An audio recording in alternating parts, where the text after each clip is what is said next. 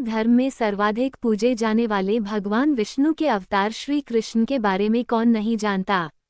श्री कृष्ण के नटखट अंदाज और उनकी प्रेम लीलाओं से तो पूरी दुनिया ही परिचित है। मगर बात जब भी भगवान कृष्ण की होती है तो राधा रानी का नाम अपने आप ही उनके साथ जुड़ जाता है।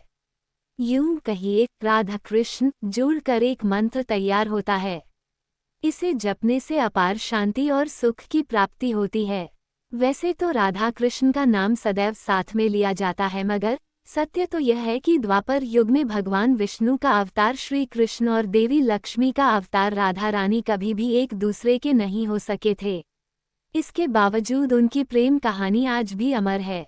मगर शादी श्री कृष्ण ने भी की थी और राधा रानी ने भी की थी। पहले शादी राधा रानी की हुई थी। उनकी शादी उनके बाल सखा अयन से हुई थी। राधा रानी और अयान की शादी से जुड़ी एक बेहद रोचक कहानी है। राधा के पति का वर्णन ब्रह्मावैवर्त पुराण में किया गया है। ये वेद व्यास द्वारा रचित 18 पुराणों में से एक है। कहानी के अनुसार राधा रानी के पति अयन बरसान के महापंडित उग्रपद के पुत्र थे। उग्रपद देवी राधा के पिता बृजभान के परम मित्र थे।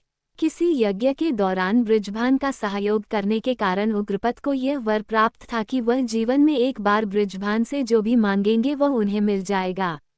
अपने इस वर का प्रयोग करके महापंडित उग्रपद ने राधा रानी और श्री कृष्ण की शादी को रुकवाकर राजा बृजभान से राधा रानी का हाथ अपने पुत्र अयन के लिए मांगा था।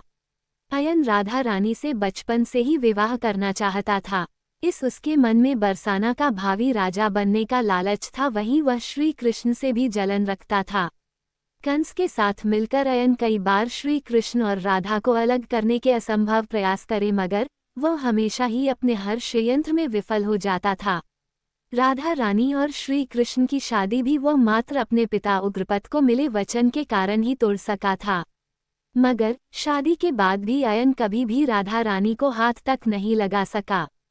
दरअसल अयन और राधा रानी की शादी के बाद भी राधा और कृष्ण आपस में मिलते रहे।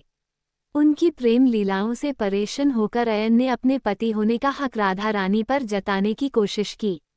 अयन छल से राधा रानी को एक ऐसा फल खिलाना चाहता था जिससे राधा रानी को अपने वश में करके वह उनके साथ संबंध बना सके।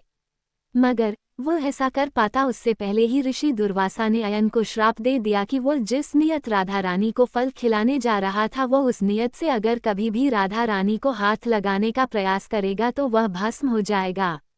यही कारण था जो राधा रानी से शादी करने के बाद भी अयन कभी उनका पति नहीं बन सका। मगर पंडित दयानंद शास्त्री की माने तो आयन घोष में वर्णन मिलता है कि अयन नाम के एक भोले ने भगवान विष्णु की बहुत तपस्या की थी। जब भगवान विष्णु अपने भक्त से प्रसन्न हुए तो उन्होंने अयन को वर दिया।